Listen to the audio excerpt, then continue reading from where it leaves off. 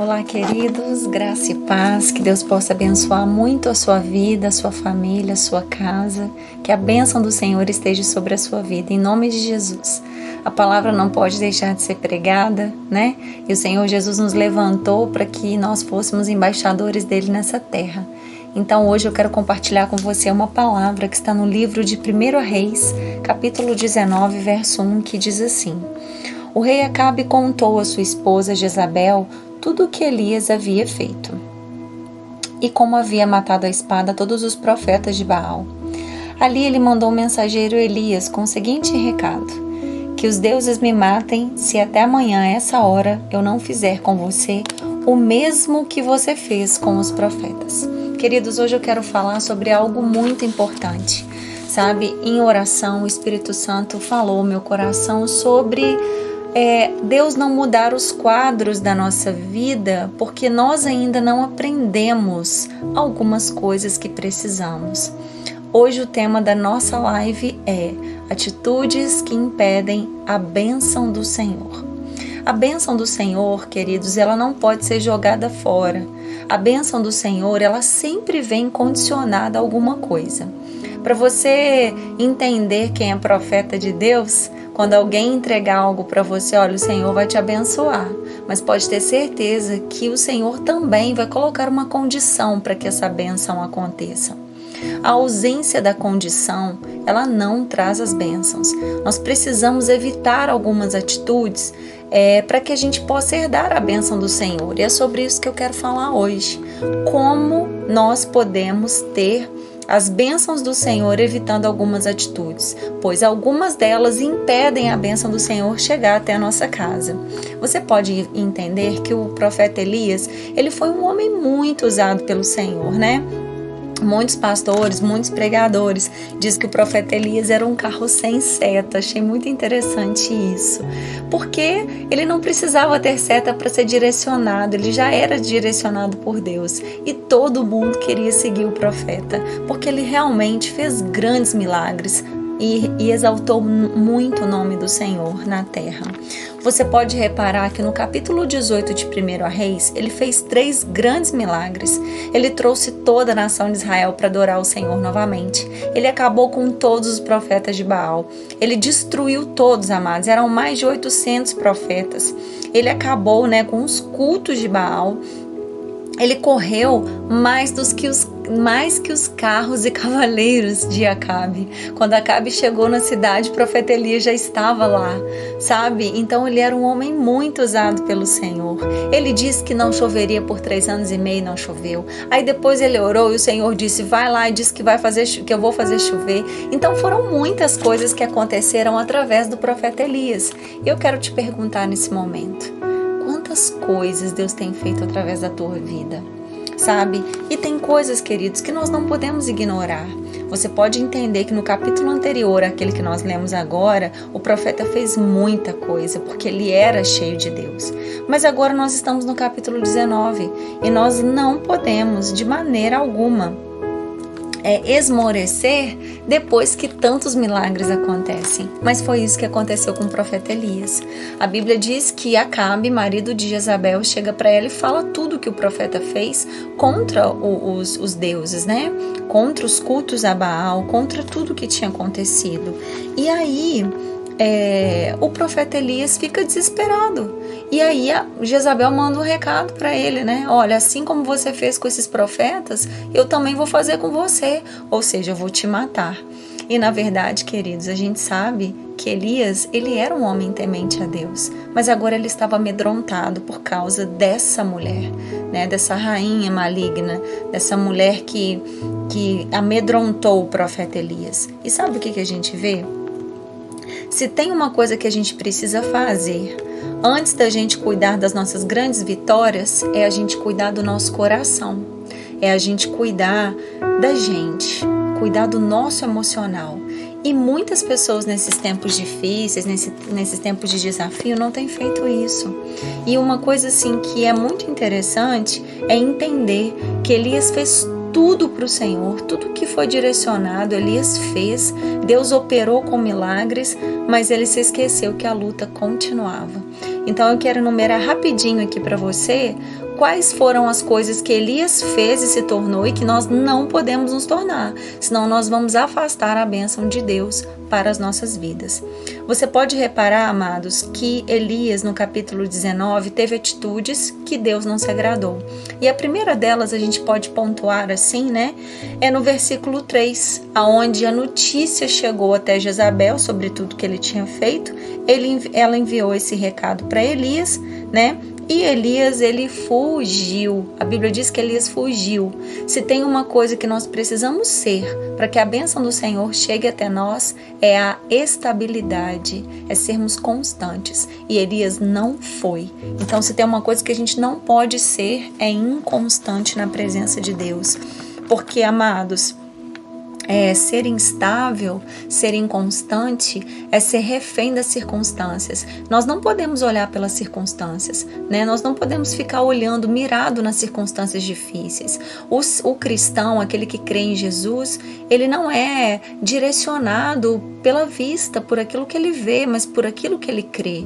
E Elias até então fugiu, ficou amedrontado e realmente se isolou também.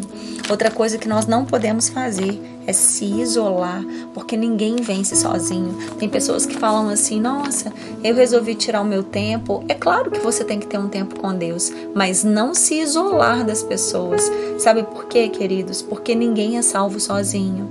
Ninguém vence batalha sozinho. Ninguém faz milagres, né? Sozinho. Ninguém consegue atingir uma meta sozinho. Então nós não podemos nos isolar. E o profeta Elias fez isso. Além dele ter ficado totalmente inconstante, ele também se isolou. E a Bíblia fala lá em Provérbios capítulo 18, que eu acho muito forte essa palavra. Ela diz que quem não gosta de estar na companhia dos outros só tem interesse em si mesmo e rejeita ótimos conselhos. Então fique perto dos seus amigos. Eu tenho certeza que você tem amigos de verdade para contar.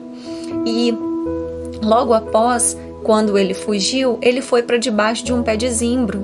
E uma coisa que a gente percebe que o profeta Elias ele ficou insatisfeito com Deus. A gente ficar insatisfeito com algumas situações da nossa vida é natural, mas a gente ficar insatisfeito com Deus, amados, olha só, uma coisa muito estranha. E eu quero dizer para você que é uma linha muito tênue entre a murmuração e o pedido de socorro.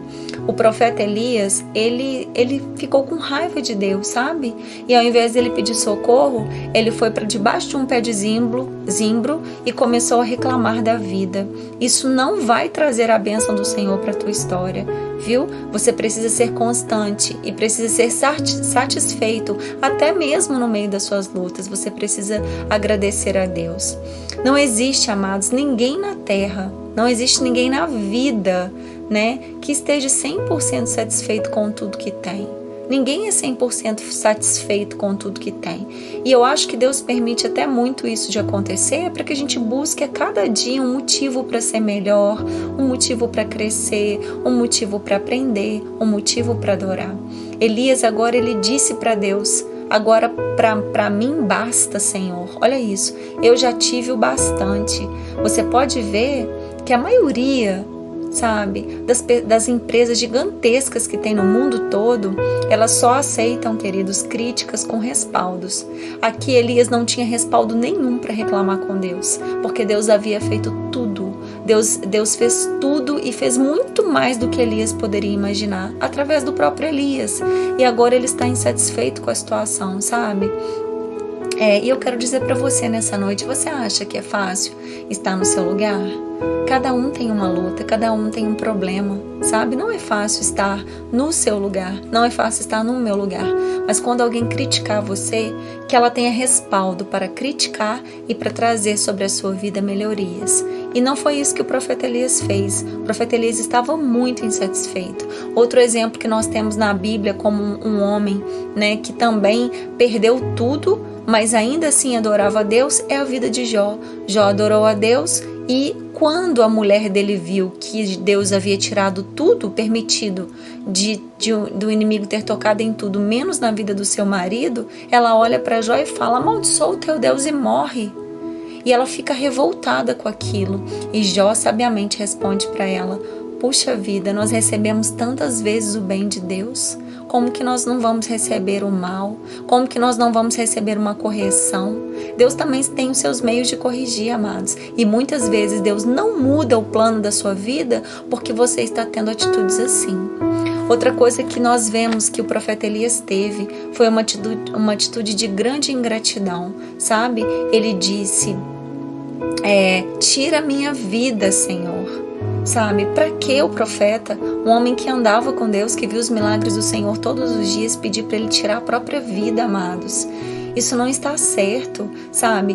Elias só estava focando naquilo que ele não conseguiu. E não era motivo para ele pedir para tirar a vida, sabe? Eu vejo uma grande ingratidão na vida de Elias. E eu quero perguntar para você nessa noite. Quantas vezes, quantos motivos você tem e quantas vezes você pode agradecer a Deus por tantas coisas que Ele tem te dado, por tantos livramentos que Ele tem dado para a sua vida? Então, Elias foi totalmente ingrato e eu sei que isso mexeu muito, né, com os planos do Senhor para a vida de Elias. Outra coisa que Elias fez, que é feio, amados, isso eu quero falar para você.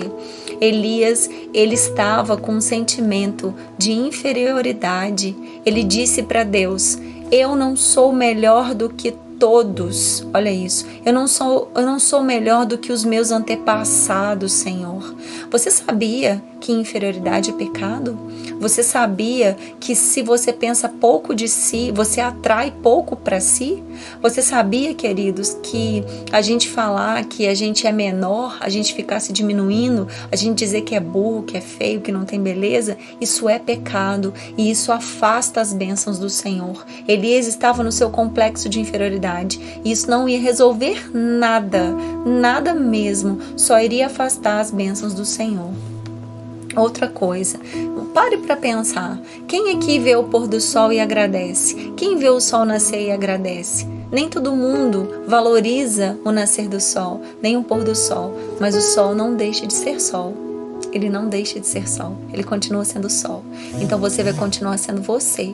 E eu quero dizer para você, não se rebaixe às outras pessoas, porque Deus colocou algo valoroso dentro do seu coração. E Ele deseja que você também seja um canal de bênção na vida das pessoas, sabe? Uma outra coisa, né, amados? A sexta coisa que a gente acha aqui nessa palavra, depois você lê com calma para você entender o que eu estou dizendo, né? Que eu estou falando mais rápido aqui.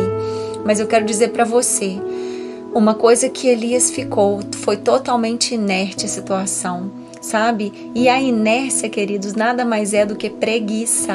Você tem preguiça de buscar a Deus? Você tem preguiça de tentar de novo? Você tem preguiça de tentar mais uma vez, de uma maneira diferente, direcionado pelo Espírito Santo?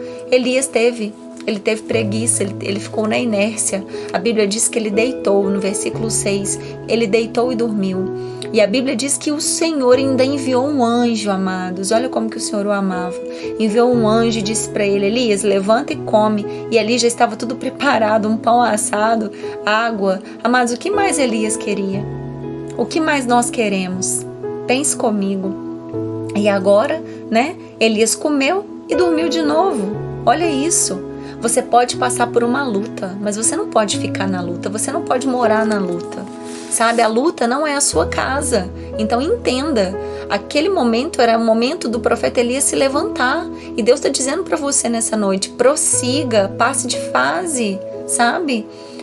Você tomou um golpe? Então reaja, levante-se e vá para a próxima fase. A sétima coisa que a gente vê do profeta Elias, queridos, é a impaciência. O profeta Elias estava impaciente, porque o anjo precisou voltar lá e dizer para ele, olha, você vai levantar, vai comer de novo e você vai prosseguir, porque a viagem é longa, ainda tem deserto para você passar. Não para você ficar, mas para você passar. E amados, o Senhor preparou para ele prosseguir. E o Senhor garantiu também que no meio do deserto estaria com Elias, sabe? Não adianta a gente querer grandes troféus para poucas lutas. Deus nunca dá muitos troféus para pessoas que não lutam nada.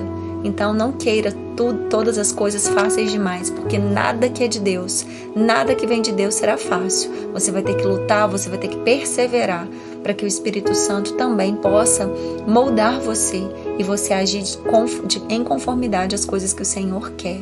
Jesus faz do jeito dele. Os melhores prazeres da vida vão vir na hora certa, não é na hora que você quer, é na hora que o Senhor deseja. tudo tem ordem e tudo tem momento. E para finalizar, eu quero dizer para você, o profeta Elias, ele foi extremamente intransigente. Ele foi rigoroso e ele não queria mudar. Ele achou que ele fosse melhor do que todas as pessoas. E quando Deus o procura, ele já está dentro da caverna e Deus manda ele sair. E aí ele diz para Deus que ele é o único que prestou, o único que ficou, o único fiel. Só que ele se esqueceu, queridos, que haviam 7.000 que não se dobraram diante de Baal. E para finalizar o diálogo de Deus com Elias, né, nós sabemos a história. Deus, ele levanta alguém no seu lugar. Ele levanta um outro homem de Deus no lugar de Elias, porque Deus, ele não aguentaria viver mais com um homem instável, reclamão, ingrato, um homem intransigente, um homem impaciente, e com certeza a obra não seria contínua com um homem desse à frente de alguma obra que Deus gostaria de realizar. E eu quero fazer uma pergunta para você. Será que você tem sido dessa forma? Será que Deus está confrontando você com essa palavra nesse momento? Então que você possa receber esse confronto do Senhor, porque eu sei que muito mais o profeta Elias poderia ter vivido, mas nós escolhemos muitas coisas para as nossas vidas. Então aceite esse confronto, mude, se transforme, busque o melhor de Deus e não tome nenhuma dessas atitudes, porque elas vão te afastar da bênção do Senhor. Mas que você se aproxime mais do Senhor com gratidão, com alegria, com paciência, com amor, com constância, para que as bênçãos do Senhor sejam atraídas para você. Amém? Que Deus possa abençoar abundantemente a sua vida. Um beijo no seu coração e até mais.